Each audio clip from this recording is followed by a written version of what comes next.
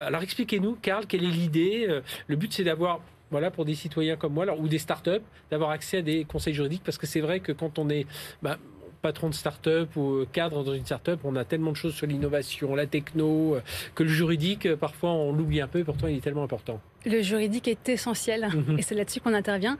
Effectivement, donc nous, Karl, l'idée, c'est de résoudre le problème de l'accès au droit pour les entrepreneurs. Donc principalement pour les entrepreneurs à l'heure actuelle. Et comment on a fait ça? On a créé une plateforme digitale où les entrepreneurs vont avoir accès à plein de services. La possibilité d'appeler des avocats en visioconférence, une interface de recouvrement de factures impayées, plein de services. Et la magie de ce qu'on a mis en place avec Karl, c'est que l'entrepreneur va payer un abonnement mensuel à bas coût.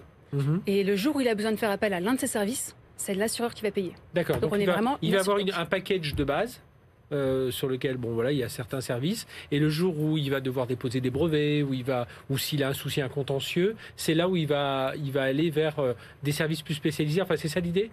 Alors l'idée, c'est vraiment de répondre aux petits besoins, aux besoins du quotidien des entrepreneurs. Ce dont on s'est rendu compte, alors moi je suis avocate de formation, donc je connais bien le sujet. Les entrepreneurs n'ont pas le réflexe avocat. Ouais. Quand ils ont un problème juridique, qu'est-ce qu'ils vont faire? Ils vont aller chercher sur internet, appeler un copain, mais ils vont pas appeler un avocat parce que avocat, ça va leur coûter cher, ça va être compliqué, pas accessible.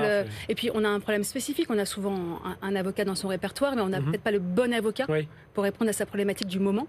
Et puis vous le disiez, le problème du coût, souvent il y a le mythe, l'avocat ça coûte cher.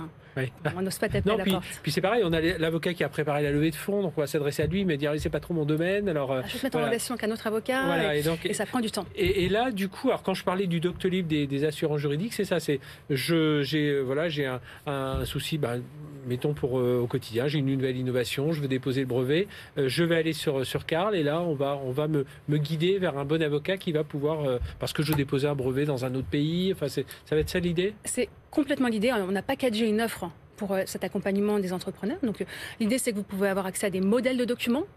Si vous avez besoin d'une information juridique, arrêtez d'appeler le copain. Vous pouvez appeler des juristes qui sont là pour vous 6 jours sur 7. Et puis vous avez également cette offre dont vous parlez, donc cette possibilité d'appeler un avocat en visioconférence. D'accord. Donc on a vraiment pensé le service au plus près des besoins des entrepreneurs. Vous parliez de Doctolib, c'est l'idée. Vous arrivez sur l'interface, vous choisissez le domaine d'intervention de l'avocat. Donc vous avez un problème avec un salarié, vous passez par un avocat en droit du travail. Vous avez une petite clause d'un contrat, vous n'êtes pas sûr, vous voulez faire relire, vous passez par un avocat en droit des affaires. Il y a le sujet de RGPD, tout ça, voilà. On a des avocats dans 15 domaines d'intervention pour les entrepreneurs.